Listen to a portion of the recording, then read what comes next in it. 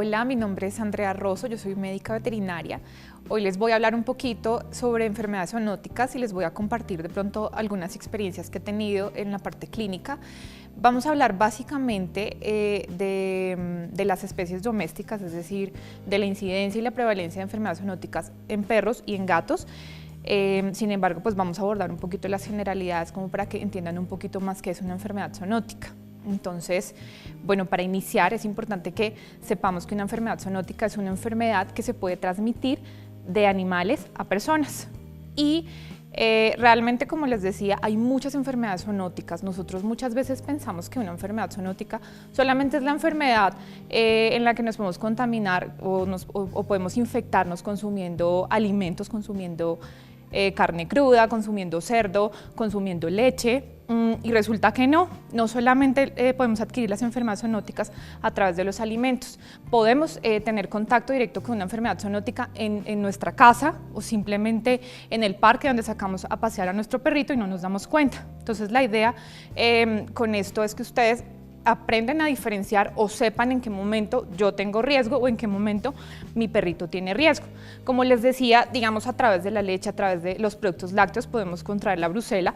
No solamente encontramos la brucela a través de los productos lácteos. Recuerden también que la brucela es una enfermedad que puede afectar a perros e incluso también a gatos. La brucela es una enfermedad que cursa con abortos y muchas veces, entonces cuando tenemos la perrita en la casa o la gatica y resulta que tiene un aborto, lo que hacemos es que intervenimos.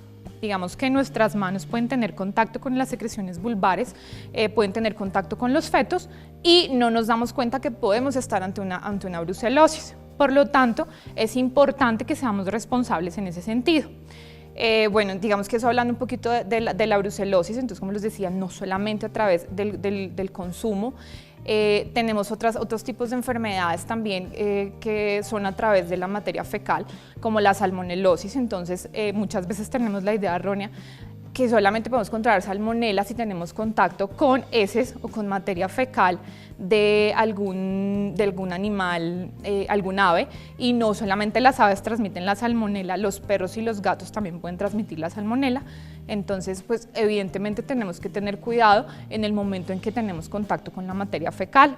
Hay otras enfermedades que se transmiten a través de la materia fecal, como son las enfermedades parasitarias.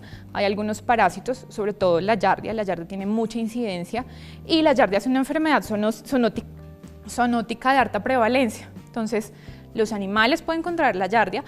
¿Qué manifestaciones clínicas podemos ver o en qué momento sé que mi perrito puede tener la yardia? Generalmente son enfermedades que cursan con gastroenteritis y sobre todo son enteritis hemorrágicas, es decir, yo veo que mi perrito tiene diarrea con sangre y muchas veces ¿qué hacemos? Esperamos a que se pase la diarrea, se le pasan 1 o 2 días, le damos agüita de apio, le damos lo que nos dice el vecino y creemos que con eso ya solucionamos el problema. Resulta que nosotros podemos tener contacto directo con esa materia fecal y nos podemos contaminar también.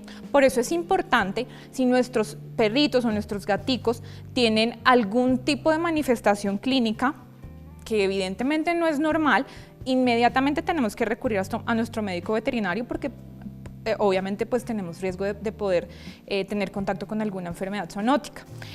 Vamos a hablar de otra enfermedad que tiene mucha prevalencia, que es la leptospira. La leptospira es una enfermedad que afecta también a animales grandes como animales pequeños. Cuando hablo de animales pequeños estamos hablando de perros y gatos. Es una enfermedad que cursa con problemas renales, problemas urinarios. Entonces muy seguramente vamos a ver a nuestros perritos en casa con orinan con sangre, incontinencia urinaria. Entonces si llegamos a ver algunas de estas manifestaciones clínicas, inmediatamente tenemos que recurrir al médico veterinario. Si nosotros tenemos contacto directo con esa orina, obviamente nos podemos contaminar también. Y resulta que la leptospira es una enfermedad que muchas veces no se diagnostica precisamente por eso, porque no llevamos al paciente al médico, pensamos que de pronto en 2 días o en 3 días ya le pasó la cistitis y no hacemos absolutamente nada. Y evidentemente pues es un riesgo tanto para nosotros como para las otras personas y sobre todo para los otros perritos que pueden llegar a tener contacto con la orina. Entonces tenemos que tener claro que la leptospira se transmite a través del contacto directo con orina. ¿Cómo puede ser? tengo contacto directo, mis manos, mis mucosas tienen contacto directo con esa orina, o las mucosas de otro perrito tienen contacto directo con esa orina. Entonces tenemos que tener mucho cuidado. Ahora es importante también hacer el plan vacunal, porque recordemos que dentro de las vacunas que nosotros ponemos anualmente, estamos haciendo refuerzo contra leptospira. Si yo estoy haciendo mi plan de vacunas, muchas veces vacunamos hasta el 4.º año o hasta el 5.º año de nuestro perrito y no continuamos con la vacunación. Entonces, pilas, porque el no estarle recordando al sistema inmunológico que tiene que reforzar anticuerpos puede hacer que nuestro animalito en casa se inmunodeprima y puede incidir una leptospira, ¿sí? Entonces, uno, vacunar. Si vemos a nuestro perrito con alguna manifestación clínica en cuanto a vías urinarias, inmediatamente debemos recurrir al veterinario. Y no automedicar y no tratar en casa al paciente con lo que nos diga el vecino, con lo que nos diga la mamá. Entonces, inmediatamente tenemos que recurrir al médico veterinario. Hay otra enfermedad zoonótica que pensamos que no nos toca y es la rabia. Resulta que la rabia es una enfermedad que sí existe en nuestro país.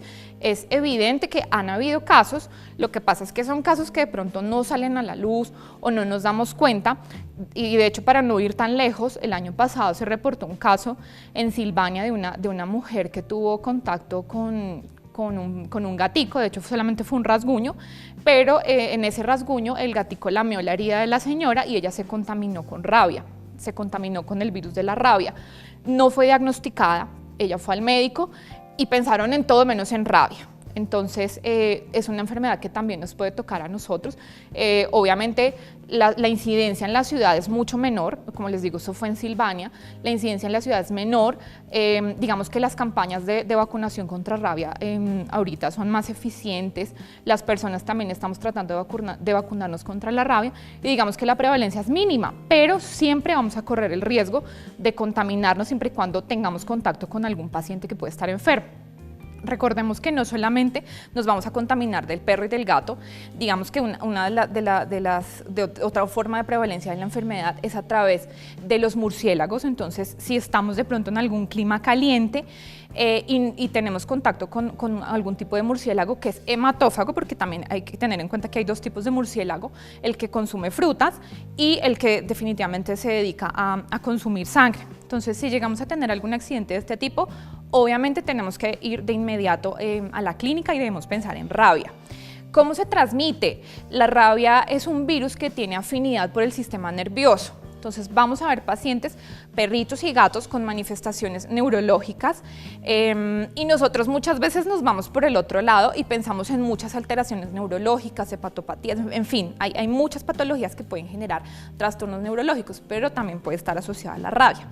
Se transmite a través de la saliva, es un virus que busca alojarse en las glándulas salivales y en el momento en que hay una herida abierta de alguna persona o de un animal, y si hay contacto en esa herida, hay contacto con saliva de un animal que contiene la rabia, a través de esa saliva y de esa sangre, la rabia puede ingresar al cuerpo de cualquier persona, se va a transmitir por vía sanguínea y automáticamente se aloja en el sistema nervioso. Y ahí es cuando vamos a empezar a ver algunas manifestaciones neurológicas. Incluso nosotros podemos tener un accidente de rabia y muy seguramente en el momento, es decir, el paciente, el perrito tenía rabia o el gatico, nos mordió o tuvimos algún tipo de contacto con él, en el momento muy seguramente no vamos a tener manifestaciones clínicas. A lo mejor más adelante sí vamos a tener manifestaciones clínicas.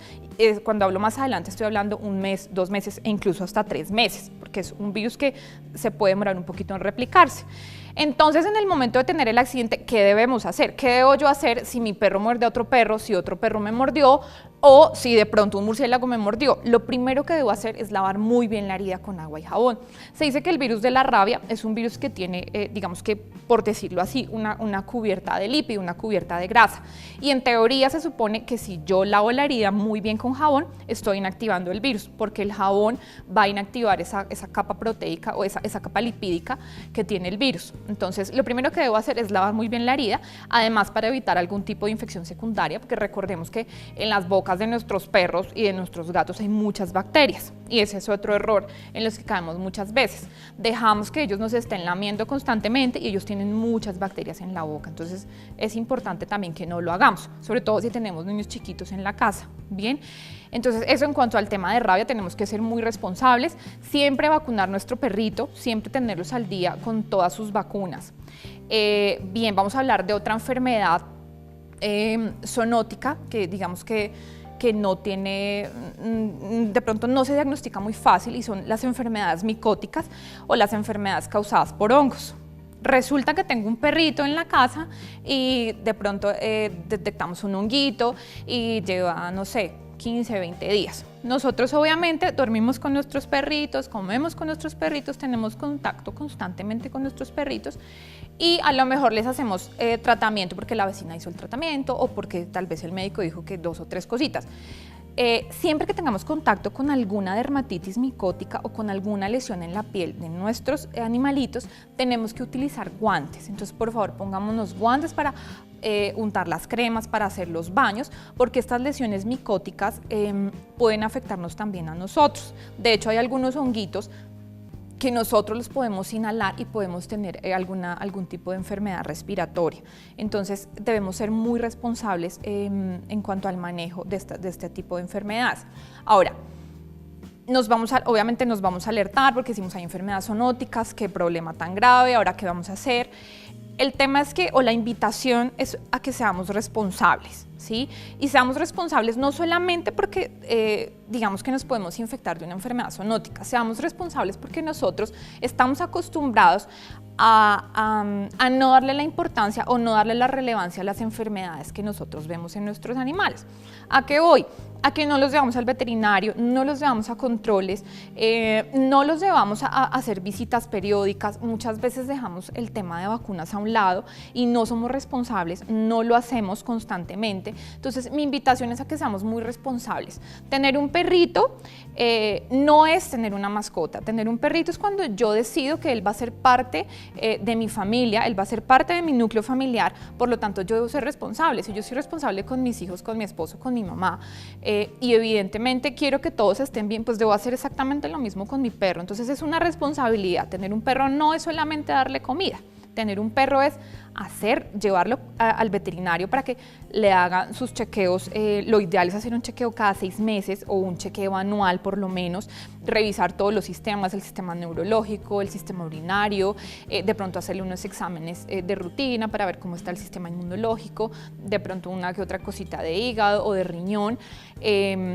Además, pues darle los cuidados y siempre seguir todas las recomendaciones del médico veterinario. Si el médico veterinario solicita hacer algún tipo de examen, yo sé que a veces es un poco dispendioso, pero es importante hacerlo porque nosotros no sabemos a qué nos estamos enfrentando.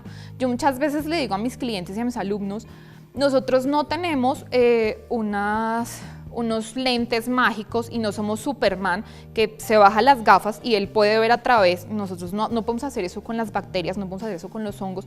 Entonces todo el tiempo podemos estar expuestos, ¿sí? Podemos estar expuestos a cualquier enfermedad, no solamente zoonótica, pero nuestros perritos pueden estar infectando a otros perritos porque nosotros no somos responsables. Entonces, si mi perro tiene una enfermedad respiratoria o tiene una enfermedad urinaria, lo recomendable es que yo lo tenga en la casa, que lo tenga en cuarentena, por lo menos mientras hago el tratamiento, mientras él sale adelante, porque resulta que ellos también pueden ser una fuente de infección para otros animalitos. Entonces el hecho de sacarlo de pronto si tiene una leptospira y si yo lo estoy sacando a que él esté orinando en el parque a donde van a orinar los otros perros, muy seguramente va a venir otro perro, va a tener contacto directo con esa orina y se va a infectar, se va a enfermar.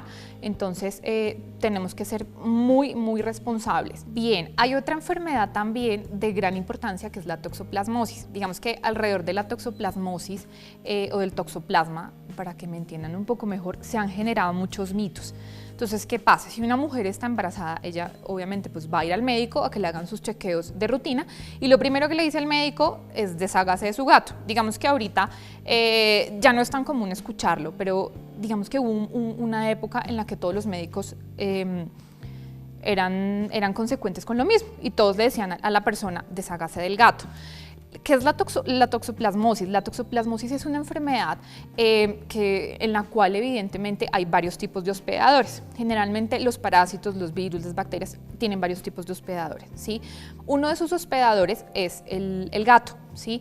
Entonces resulta que si una persona llega a tener contacto con la materia fecal del gato, ¿se puede contaminar de toxoplasma? Claro que sí.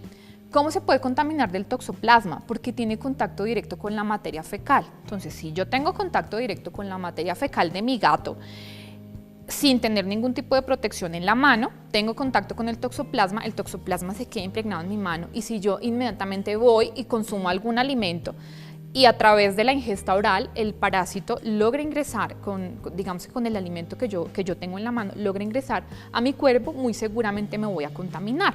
Entonces hay varios aspectos a tener en cuenta. Primero, digamos que esta es una norma general y es algo que todos deberíamos hacer. Si vamos a tener contacto directo con la materia fecal de nuestros gaticos o de nuestros perritos, siempre utilicemos protección, no solamente por las enfermedades zoonóticas, es decir, hay que tener medidas de asepsia. Entonces, utilicemos guantes, no tengamos contacto directo con la materia fecal, y si llegamos a tener contacto directo con la materia fecal porque no nos pusimos un guante, lavémonos bien las manos y lavemos muy bien los alimentos. Entonces, digamos que se cree que la única forma de contaminación es a través de la materia fecal del gato. Por lo tanto, el médico que dice, deshágase del gato, y muchas personas se han deshecho de los gatos. Resulta que el toxoplasma se contamina de muchas formas, no solamente a través de la materia fecal del gato, a través de las verduras que no tienen buena cocción. Si yo voy a un sitio X y hago mercado o compro mis verduras y esas verduras digamos que no pasan por un buen proceso de desinfección y las consumo casi que tal cual las compré, muy seguramente me voy a contaminar de toxoplasma. Entonces tenemos que tener mucho cuidado al momento de ingerir los alimentos, porque no el directo responsable no es solamente el gato, ¿sí? Eso depende mucho de las personas, y no, el hecho de tener el gato y estar embarazada no quiere decir que tengamos que deshacernos del gato. Ahora, ¿por qué dicen que la mujer embarazada tiene que deshacerse del gato? Porque el toxoplasma, si la mujer se infecta durante el segundo tercio de la gestación, muy seguramente puede tener algún tipo de alteración en su embarazo, ¿sí? Pero esto es solamente si ella se infecta un tercio después, en el primer tercio, es decir, 3 meses después de haber quedado embarazada. Por lo tanto, digamos que el porcentaje de contaminarse 3 meses después de tener su hijo, de estar embarazada, es muy chiquitico. Entonces, en este caso la solución no es botar el animal, porque si la solución fuera botar el animal, entonces yo también botaría a la calle el perro que tiene leptospira, botaría a la calle el perro que tiene brucela, botaría a la calle el perro que tiene salmonela, y resulta que esa no es la solución es que seamos responsables.